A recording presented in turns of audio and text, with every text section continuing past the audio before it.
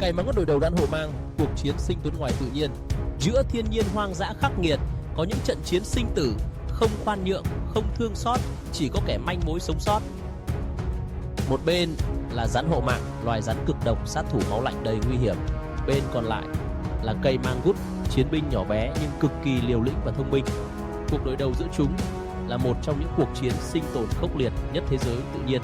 Rắn hổ mạng, loài rắn đáng sợ nhất châu Á, chỉ cần một cú can chí mạng, nọc độc cực mạnh của chúng có thể hạ gục con mồi trong tích tắc.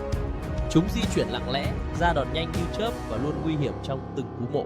Cậy mangút, khắc tinh của rắn, nhưng đối với cậy mangút, rắn hổ mạng không phải là nỗi sợ hãi, bởi cơ thể nhỏ bé kia ẩn chứa sức mạnh của sự nhanh nhẹn, khéo léo và điều đặc biệt nhất là khả năng kháng lại nọc độc rắn. Đó chính là lý do cậy mangút trở thành khắc tinh đáng sợ của bất kỳ loài rắn độc nào. Cuộc chiến bắt đầu. Rắn họ mang phùng màng lao tới như một chiếc giòi dạ sống, tấn công chớp nhoáng.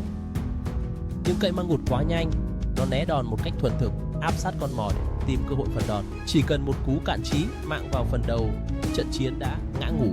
Rắn hổ mạng mạnh mẽ, nhưng lần này kẻ chiến thắng là cậy mangút thông minh và gan ly. Thiên nhiên là thế, không phải kẻ lớn nhất, mạnh nhất, mà là kẻ nhanh nhất, khôn ngoan nhất mới có thể sống sót. Bạn còn muốn mình kể thêm những câu chuyện sinh tồn kỳ lạ nào nữa? Hãy comment ngay bên dưới nhé.